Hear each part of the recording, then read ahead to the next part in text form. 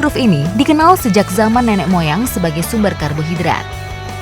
Buah dari pohon yang bernama ilmiah Bruguera gymnoriza ini hidup subur di daerah transisi antara pesisir dan zona daratan kering. Tak sulit menemukan buah tumo karena pohon ini berbunga dan berbuah sepanjang tahun.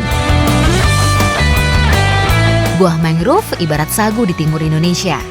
Namun kini sudah tak banyak lagi yang mengolahnya menjadi nasi. Karena ini semuanya lahan mangrove ya, agak susah tuh buat bersawah, nanam padi atau nanam jagung gitu ya. Jadi makanya masyarakat tuh milih buah tumo buat jadi sumber karbohidrat. Nah, yang diambil itu yang seperti ini, yang sudah berwarna agak kegelapan, yang sudah tua nih. Kalau yang masih muda, ini nggak boleh diolah karena rasanya nggak enak.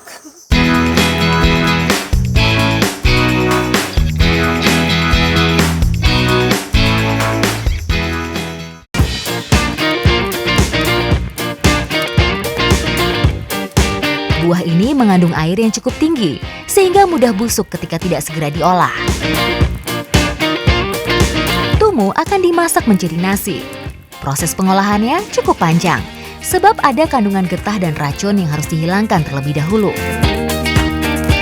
Ini memang agak lama prosesnya, jadi habis direbus, tunggu setengah jam, airnya dibuang, terus direndam lagi selama 1 malam, baru deh bisa dikeringkan. Karena memang itu caranya buat menghilangkan racun dari buah tumo ini. Karena sifat racunnya ini larut dalam air. Makin banyak air, makin larut racunnya, makin aman buat dikonsumsi. Nah, jadi dari 1 buah tumo ya, yang panjang seperti ini, itu hampir setengahnya itu dibuang. Jadi, yang bisa kita makan tuh hanya bagian tengahnya saja nih. Kelihatan ya bedanya ya? Yang warna lebih kuning, lebih oranye ini.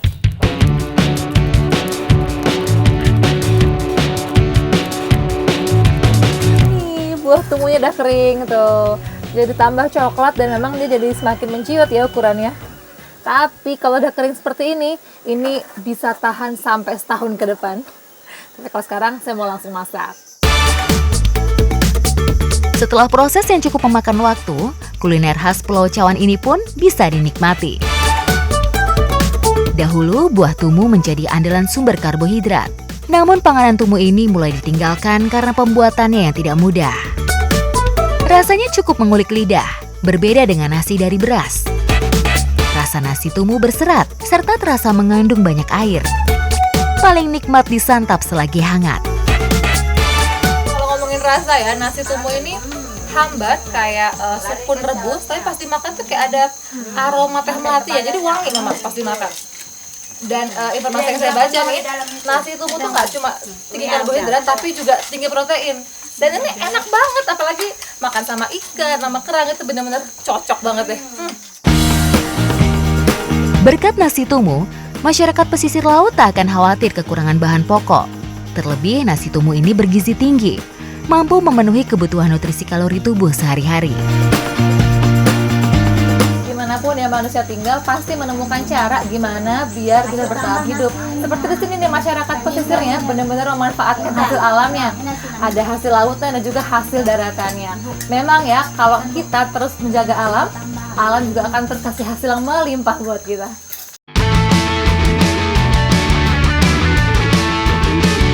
Lagi nih disuruhnya masyarakat Duano kalau lagi masang tongkat rumah. Jadi yang masuk ke dalam itu setengah dari batang pohon yang ditebang. Ya gini nih prosesnya. Jadi tongkat dikasih penyangga terus diinjak rame-rame sampai masuk ke dalam. Menyulam tongkat yang dijadikan tiang-tiang rumah harus cepat diselesaikan. Sebab semakin siang, lumpur semakin mengeras. Dan kami akan lebih sulit untuk bergerak. Waktu yang paling tepat, waktu air surut. Jadi kami bekerja dikejar waktu. Sulaman tiang harus rampung sebelum laut pasang kembali. Agar batang nibu kokoh berdiri di permukaan berlumpur, posisi kayu dibuat pas menyangga alas rumah. Struktur rumah khas suku laut Duano dirancang khusus agar tidak mudah rapuh walau terus terendam air laut. Paling tidak 10 tahun sekali, tulang-tulang kaki rumah ini diganti. Namun terkadang bisa lebih cepat jika dirasa mulai rapuh akibat banyak biota yang menumpang hidup. Terintif, musuh utamanya tiang-tiang rumah yang ada di kawasan pesisir kayak gini.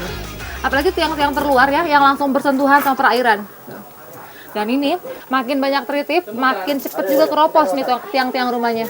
Jadi memang mesti disulam kayak gitu. Para pengembara lautan ini tak lagi tinggal di perahu. Hidup nomaden mengikuti musim angin laut sudah lama ditinggalkan seiring perkembangan zaman.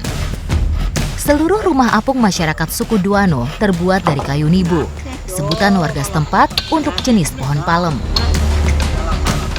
Akhirnya setelah bermain di lumpur, tiang rumahnya hampir jadi.